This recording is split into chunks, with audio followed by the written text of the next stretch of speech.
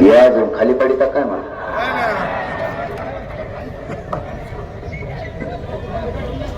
येऊन आले का तू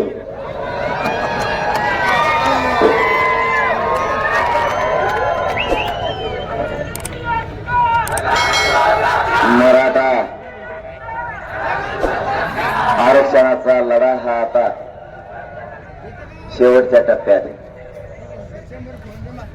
60-70 वर्षापासून मराठा समाजाच्या आरक्षणाचा विषय मार्गी निघत नव्हता. आता तो लढा अंतिम टप्प्यात. आतापर्यंत या राज्यात 54 लाख मराठे कुणबी असलेले किंवा ओबीसी आरक्षणात असलेल्या नोंदी सापडल्या. तुमच्या एकट्या अहमदनगर जिल्ह्यात 2.25 लाख सापडल्यात नवीन. आपलं म्हणणं तेच होतं की जर आमच्या शासकीय नोंदी आहेत ते तुम्ही का देत नाही. आता 1.5 महिना उलटून गेला, नोंदी सापडलेल्या तरी प्रमाणपत्र दिले जात नाही. आपण जवळपास 7 महिन्याचा वेळ सरकारला दिलाय, तरीही ते म्हणते ती वेळ पाहिजे. मग येतो आता 2-3 वर्षे टेन्शन मग काही पटाना. हे माझं पटलं, आता नाही पटत. मी काय चुकीचं नाही करत. माझ्या गोरगरीब मराठ्यांच्या लेकरं मोठे झाले पाहिजेत यासाठी आज संघर्ष सुरू झाला. तुम्ही कसे देत नाहीत ते आता मुंबईत आल्यावर मी आणि माझा मराठा समाज बघून घेणार आहे. बाकीचं आम्हाला नाही सांगायचं. त्या धमक्या ठिमक्याला आम्ही मराठे घाबरत नसतो कधी, ते आम्हाला नाही सांगायचं. तुमचं एकमत आहे का नाही त्या एकमताशी आम्हाला नाही देणं येणार. तुम्ही काय करणार आहे ते आम्हाला नाही माहित. चिठ्ठीचा ठल्ल घेतो आम्ही.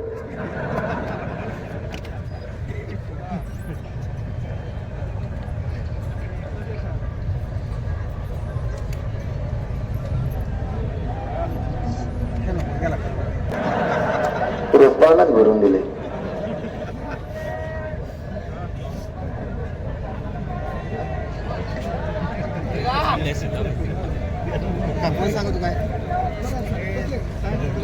नोंदी सापडल्यात का?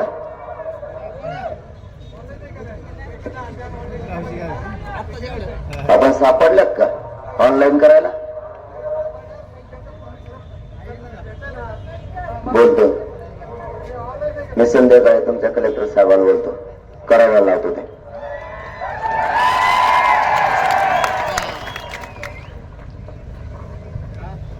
हा मराठा समाजाने संघर्ष उभा केला. तुमच्यात एकमत आहे का नाही आम्हाला नाही माहित, आणि तुमच्या एकमताशी आम्ही काय ठेका घेतलेला नाही. माझ्या गोरगरीब मराठ्यांनी तुम्हाला वर्षानुवर्ष मोठं करण्याचं काम केलंय. आमच्या हक्काचं आरक्षण आम्ही मागतोय. बाकीच्या नोंदी नसताना किंवा कोणालाही मागास सिद्ध केलेलं नसताना आरक्षण दिलं गेलं.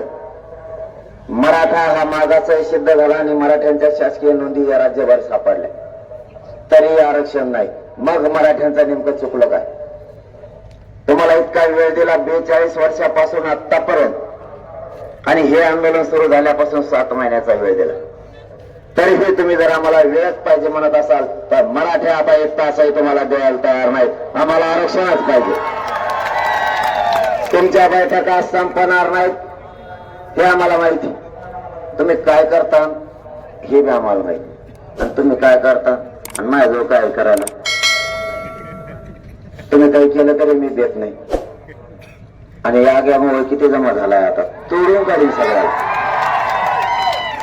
आता सुट्टी नाही बापा. मराठ्यांचे पोरं आता या आरक्षणापायी सुशिक्षित बेकार नाही झाले पाहिजे. तुमचं राजकारण थोडे दिवस जरा बाजूला ठेवा. एकदा आपल्या लेकराला आयुष्याचं आरक्षण द्या. तुम्हाला जे राजकारण करायचं ते नंतर करा. नसता पुन्हा हे डाव टाकतील. आता त्यांना डाव त्यांचा आपण यशस्वी नाही होऊ द्यायचं. मी या पाथर्डी तालुक्यातील आणि अहमदनगर जिल्ह्यातील मराठा बांधवांना हात जोडून विनंती करू सांगतो. मी तुमच्या पाठबळ आणि तुमचा आशीर्वाद घेऊन मुंबईकडे निघालोय, आणि मी जर एखादी गोष्ट ठरवली तर मी ती करतो. मी पुन्हा येईल का नाही मला माहित नाही, पण तुमचा मुलगा म्हणून तुम्हाला आजच हाक मारतोय की जर सरकारनं काही त्रास देण्याचा दगाफटका करण्याचं काम केलं तर हे आंदोलन वर्षानुवर्ष बंद नाही राहिलं पाहिजे. या सरकारला सळो की पळो करून केल्याशिवाय सोडायचं नाही. गाव आपले, तालुके आपले, फिरून यांनी कायमच इकडे यायचं नाही आणि यांना आयुष्यातून, राजकीय आयुष्यातून कायमचं उठवायचं म्हणजे उठवायचं चाललं. आपल्या मुलाला नाही तर कोणालाच नाही आणि ते आपल्या हक्काचं. आता मुंबईकडे निघालोय तुमच्या पाठबळावर, आता मागा नाही हटणार. आणि मी जर एकदा बोललो तर मी मागा हटत नाही. मी माझं कुटुंब सुद्धा बाजूला सारलंय. मी माझ्या या समाजालाच मायबाप मानलंय. तुमचं आणि आपलं नातं मायलेकराचं आहे. आता आम्हाला उघडं पडू देऊ नका. ही संघर्षाची लढाई कोणत्या टोकाला जाईल माहित नाही. आमच्याकडून ती शांततेत आहे, पण सरकारनं जाणून बुजून जर काही षडयंत्र करून तिला मोडायचा प्रयत्न केला तर तुम्हाला या मुंबईकडे चाललेल्या लेकराच्या पाठीशी ताकदीने उभं राहावं लागणार. कारण आपली मागणी काही चुकीची नाहीये आणि आपण कधी चुकीचं कामही केलेलं नाही. मराठा समाजानं प्रत्येकाला प्रत्येक वेळेस सांभाळलं. आज वेळ आरक्षण द्यायची आली तर आपल्या विरोधात षडयंत्र रचायला लागले. यांच्या तर इतका राज्यातला करोडोना मराठा एकत्र झाल्यामुळे यांच्यामध्ये एवढा दम नाहीये. परंतु शेवटी सत्तेची धग आणि मस्ती जर डोक्यात गेली तर मराठ्यांना ती उतरावी लागेल हे तुम्हाला आजच सांगून जातोय. आणि मराठ्यांच्या नादी लागणं एवढं सोपं नाही. त्यांनी बघितलं या राज्यात तरी मराठ्यांच्या नादी लागायचं म्हणलं आणि मराठ्यांच्या डोक्यात जर एखादा माणूस बसला त्याला आयुष्यभर मराठी बोलायला लागू देत नाहीत. आयुष्यभर. आता ही लढाई जिंकायची. ही शेवटची आरपारची लढाई. तुम्ही असताल त्या ठिकाणी, तुम्ही असताल त्या कामात, तुमच्या कानावर जर पडलं मुंबईकडे गेलेल्या पोरांना काही त्रास व्हायला लागला तर हातातले कामं टाकून महाराष्ट्रातल्या कानाकोपऱ्यातल्या मराठ्यांनी रस्त्यावर उभा राहा. न्याय मिळेपर्यंत त्या पोरांच्या पाठीशी उभा राहा. आम्हाला किती त्रास झाला, सरकारनं आमच्या छातीवर गोळ्या जरी घातल्या तरी तुम्हाला शब्द देतो, हा मनोज जरांगे तुमचा मुलगा गोळ्या जरी लागला तरी एक इंच माग घातणार नाही. मी माझ्या जीवाची पर्वा करत नाही, कारण हा समाज माझं कुटुंब आहे आणि या समाजानं सुद्धा मला मुलगा मानलाय. त्यामुळे माझा कुटुंब सुद्धा बाजूला सरून आज 5 महिने झाले मी घराला सुद्धा शिवलं नाही आणि मराठ्यांना आरक्षण मिळून दिवस तर घराला शिवणार सुद्धा. कुठेतरी आपल्याला कठोर भूमिका घ्यावी लागणार आहे. कुठेतरी या समाजाची प्रगती करण्यासाठी आपल्याला वेळ द्यावा लागणार आहे. पहिल्या दिवशी जी ताकद होती तीच आपल्याला शेवटपर्यंत ठेवावी लागणार आहे. आतापर्यंत या राज्यात आणि देशात इतका वेळ सरकारला कोणीच दिला नसत. आपल्या मराठा समाजानं सरकारला आतापर्यंत 7 महिने वेळ दिला. आणखीन मराठ्याने द्यायचा किती दिवस? साधा आणि सोपा प्रश्न आहे. 54 लाख नोंदी सरकारने सापडलेल्या. देणार कोण? सरकार. नोंदी सापडणारा कोण? सरकार. मग अडचण काय? त्याच्या परिवाराला दिल्या पाहिजे. तो तर कायदाच सांगतो त्याच्या हक्काच्या नातेवाईकाला दिलं पाहिजे. बीड तालुक्यात एक गाव आहे. त्या गावात एका पत्रावरती 250 प्रमाणपत्र मिळाले एकाच नोंदीवरती. इतकं कुटुंब त्याचं मोठं होतं. त्या गोरगरिबांच्या लेकराचं कल्याण व्हायला लागलं. 54 लाख नोंदी तुम्ही सापडलेल्या, मग द्यायला अडचण काय? ते एवढंच म्हणते मागासवर्ग आयोग काम करतो आणि फेब्रुवारी एंड पर्यंत मला आरक्षण देतो. अरे फेब्रुवारीला नाही मार्चला दे, पण या नोंदीचं काय झालं ते तर सांग ना. ते मागासवर्ग आयोगाचा अहवाल येईल तेव्हा येईल. सुप्रीम कोर्टाने ज्या त्रुटी भरायच्या सांगितल्या त्या भरायच्या तेव्हा भरल्या जातील. भोसले समितीने त्रुट्या भरल्या, सरकारनं तो अहवाल स्वीकारलाय. मग आता सुप्रीम कोर्टात दाखल केला का नाही? सरकारला नाही. मराठा समाज मागास सिद्ध करण्यासाठी मागासवर्ग आयोग नेमला. ते होत राहील. ती बाजू वेगळी आहे. आपल्यात फक्त संभ्रम निर्माण करायला लागले. ते आरक्षण वेगळं आणि आपण म्हणतोय ते वेगळं. मराठा समाजाच्या 54 लाख नोंदी या ओबीसी आरक्षणात सापडल्या आणि हे आरक्षण राज्यापासून केंद्रापर्यंत. या नोंदीचे प्रमाणपत्र देण्याऐवजी बैठका घेऊन ते एवढंच सांगते, आम्ही तुम्हाला फेब्रुवारी एंड पर्यंत टिकणार आरक्षण देणार आहे. मग हे काय उडणार आहे का? आम्ही म्हणतो ते उलट त्याचीच गॅरंटी नाही तुम्ही म्हणतात त्याची. कारण ते आरक्षण 5 मे 2021 रोजी रद्द झालं.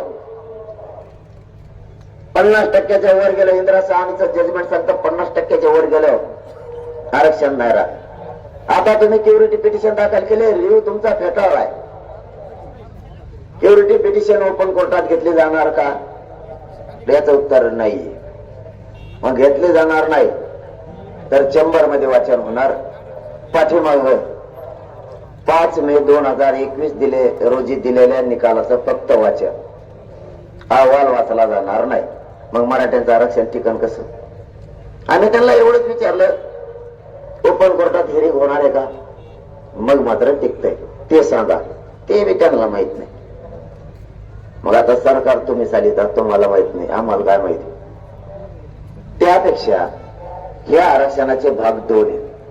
ते आरक्षण 50% वर आहे आणि आपल्या नोंदी मिळालेल्या आरक्षण हे 50% आत ओबीसी आरक्षणात. मग हे का देत नाहीत हे विचारायला आम्ही मुंबईला चाललोय. जावा का? सगळ्याला आरक्षण पाहिजे तुम्हाला? हात वर करून सांगा बरं. हा बाबा इतके हात वर केले म्हणजे सरकारचा कार्यक्रमच माझ्या मागे दिसतो.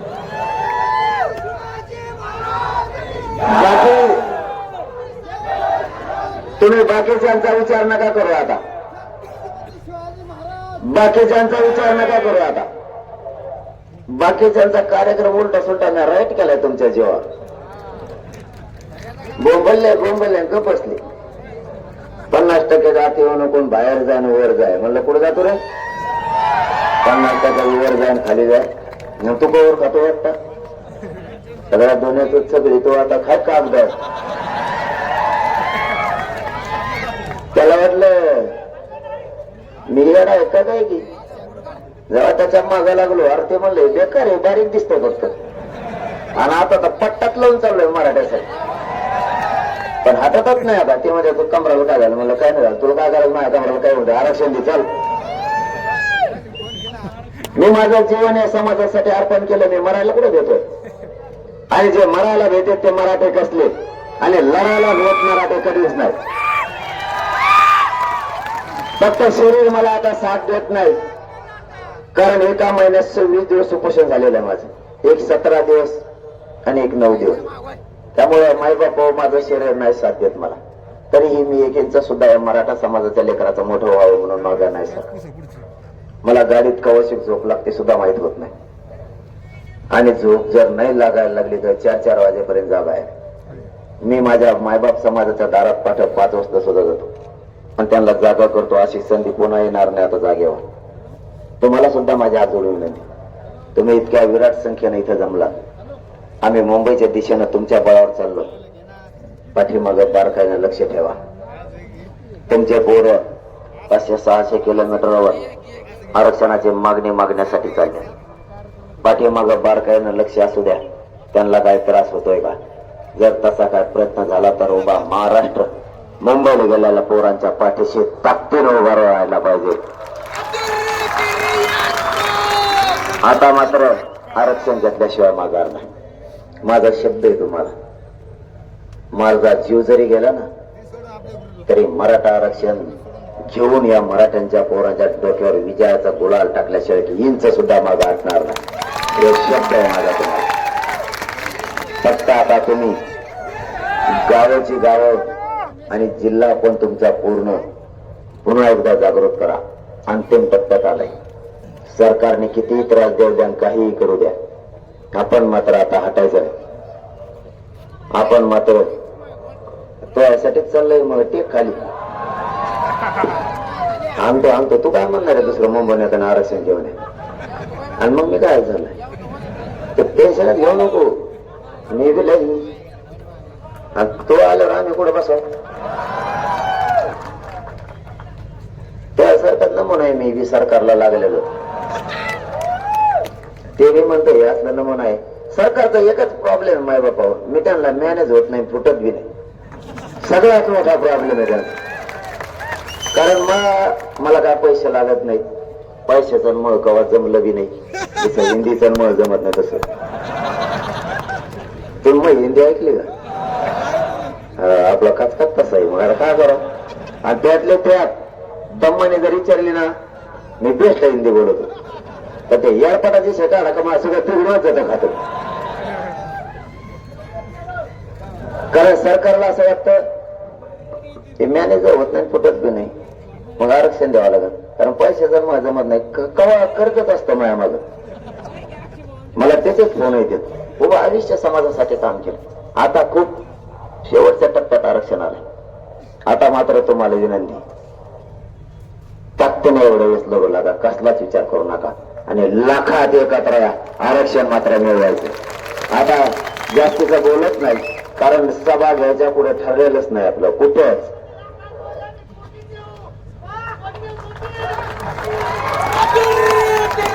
आणि ज्यांना शक्य असेल त्यांनी पण मुंबईला 26 तारखेला म्हणजे 25 लाच निघा. जास्तीत जास्त ताकदीनं मुंबईकडे निघा. आणि जीव तर राहिले तिथं जर पोराला त्रास दिला ना मग इकडे मी नाही सांगत काय करायचं ते आपोआप करणार. फक्त सगळ्यांनी मुंबईकडे चला. कारण कुठे सभा घ्यायच्या ठरलेल्या नाही. आपल्या ही पहिलीच सभा आहे म्हणायची. कारण आता लांबचा प्रवास करायचा सभा घेऊन नाही चालणार. एकदा मराठींच्या पदरात आरक्षण टाकलं मोठमोठ्या सभा घेऊ. काळजी करू नका. कोण मराठ्यांचं काय करू शकत. मराठ्यांची इतकी ताकद झाली की सध्या मराठ्याचं कोणीच काही करू शकत नाही. आता कोणी आपल्याला काही बोलायचं एक होत नाही. तर काही बोलायचं आता एक झाल्यापासून ते बोला ना चहा प्यायला सुद्धा फाट्या रे नाही. ते आता इतके मराठी एक झाल्यावर त्यांना वाटतं आता काही ठिकाणी त्यांचे कमी जास्त आहेत ना थोडे. ते वळवळ करायला बघत त्यांना लगेच माहित झाले आजूबाजून यांचा याड आहे असं मागायला लागतं नाही बेकार. त्यामुळे आता ते विकत झाले. त्यामुळे आपल्या एकजुटीत टाकायचे. आपले लेकरं मोठे होते. तुम्हाला एवढीच विनंती सगळे ताकदीनं या आंदोलनात उभे राहा. जागृती करा. एकमेकाला सांगत चला आणि सगळे दम्माने गाड्या हाणत जा. एकदम दम्माने मोटरसायकल असा पळतात तुम्ही मग ते झोपच उडत हो. म्हणजे गाड्या दम्माने आणा. कारण तुम्हाला आता मुक्काम कुठं आपला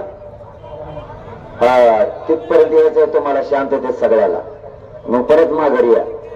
सगळ्यांनी शांततेत तिकडे या. सगळ्यांनी जेवण करून घ्या.